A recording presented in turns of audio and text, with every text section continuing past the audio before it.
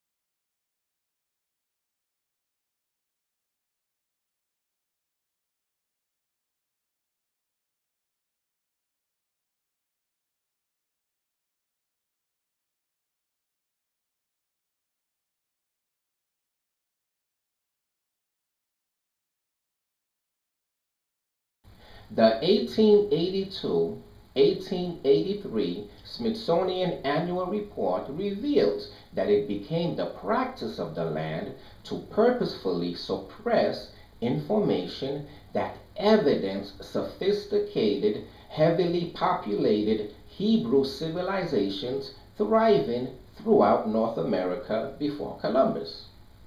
Prior to 1492, there was over 200,000 cities spread all over North America. These would have housed hundreds of millions of Hebrews who are descendants from Jacob. During Glen Beck's series on Native Americans, and you can YouTube Glen Beck and Native Americans to see the videos, he provided the following information. And here are his words. John Wesley Powell, in 1789, the director of the Bureau of Ethnology at the Smithsonian Institute, he said this: artifacts found prior to Christopher Columbus's arrival would be considered illegitimate by the Smithsonian. Only the savage Indian culture would be observed, and this created the artificial barrier to science. Only the savage. Science was colluded with government because of commerce, and religion was involved. Glen Beck continues, I'm going to show you some things that I don't think you even knew existed. It goes against everything Manifest Destiny teaches about Native Americans. And I want you to know this part of our history because people erased it intentionally. America's history didn't begin with when Christopher Columbus came over. There were ancient cities with advanced architectures all across North America. Did you know that? Hundreds of years before Columbus came. Well, they say the Indians didn't scour the land. No, not true.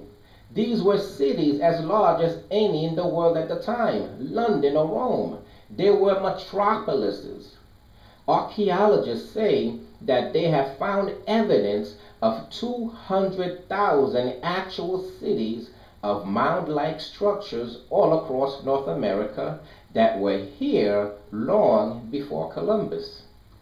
But we don't hear anything about them. Why? Why?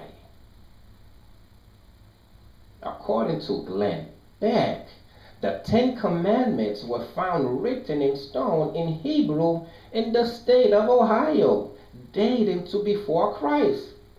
He said the Phoenicians, Egyptians were here before Christ. And that one of the greatest civilizations as advanced as Egypt or Rome existed right here in St. Louis. He also said that Thomas Jefferson believed that the ancient Indians, Native Americans, came from Egypt or Asia. He looked at some of the ancient writings and compared Egyptian and Indian. When commerce and government started to collude, Jefferson decided on a plan to get the Indians in debt and thereby take their land. This plan is still being carried out today.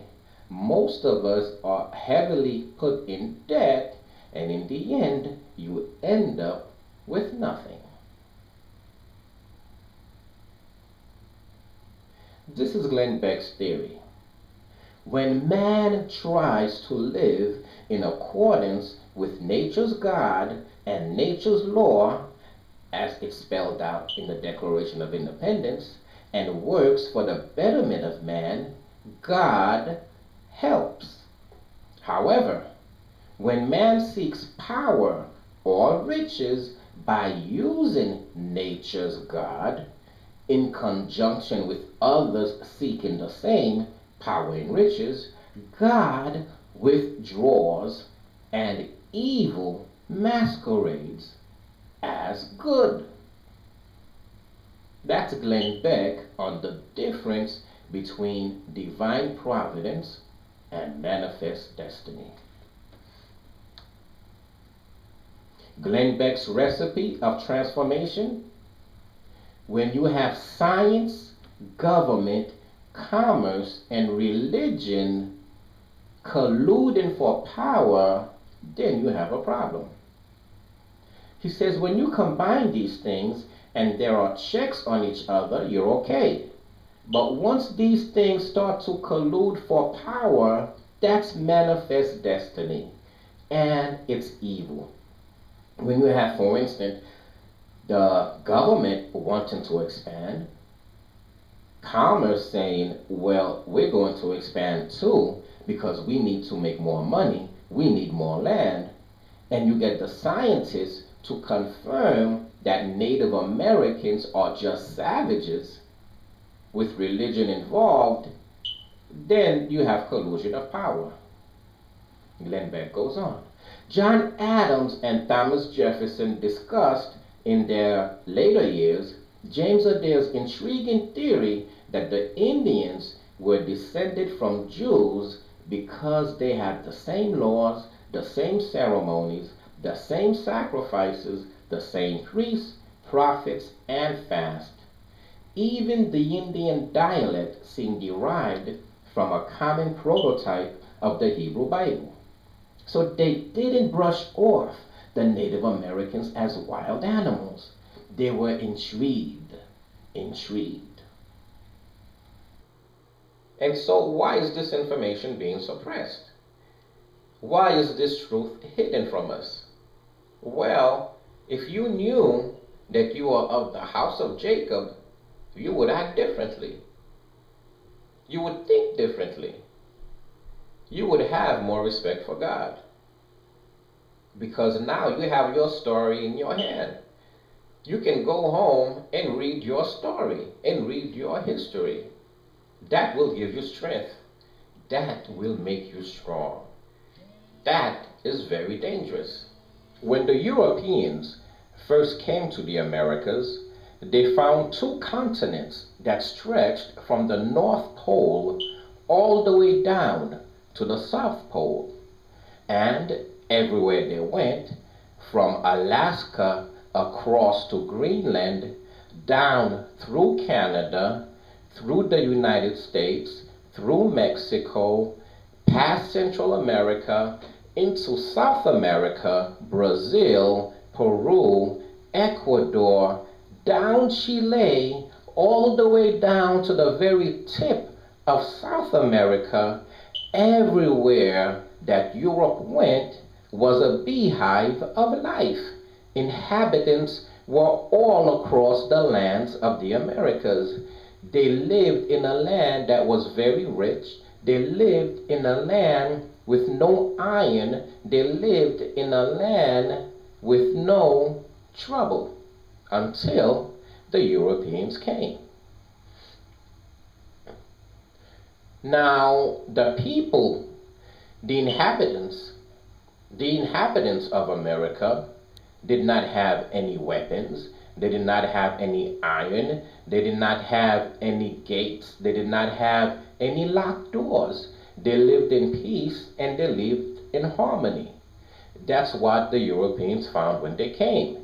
And when they came, the Indians warmly received them. The Indians provided them with food, with shelter, and showed them how to live in the land that the Indians thought they were only visiting. But quickly, the intentions of the Europeans became very apparent to the natives of America. The atrocities committed in the Americas was chronicled by many, many different writers. Bartolomé de las Casas is one, James Adair is another, and there were many, many more who wrote on what they saw, who wrote on the different atrocities that was befalling the Native Americans. And it was to no avail. The more they wrote, the more the more the atrocities increased.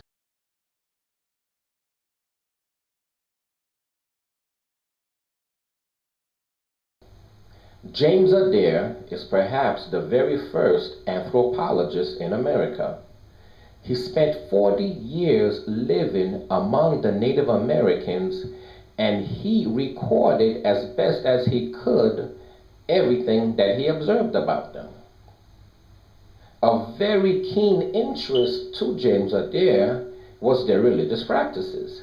And the reason why their religious practices was very interesting to James Adair is because Adair, like many, many other writers of those times, realized that the Native Americans are descendants of Jacob. He realized that the Native Americans practiced the same type of religion as the Jews, as the Israelites. And so this intrigued him, and he pursued this as much as he could. And he recorded everything that he could concerning their religion. It's very interesting to note that among Adair's writings, we find the word "ah." Let me read to you some of the things that Adair wrote. To elucidate the aforesaid remarks, it may not be amiss to observe that according to Israelitish custom, both mourning and employing mourners for the dead and calling weeping, the lifting up of their voices to God, the Choctaw literally observed the same custom. And both they and the Chickasaw term a person who through a pretended religious principle bewails the dead Yah-ah, God. Nitak Yah-ah signifies a fast day, because they were then humbly to say and afflict their souls before Yah. And so James Adair found the Indians saying saying Father, especially when they are praying, especially when they are supplicating the Lord.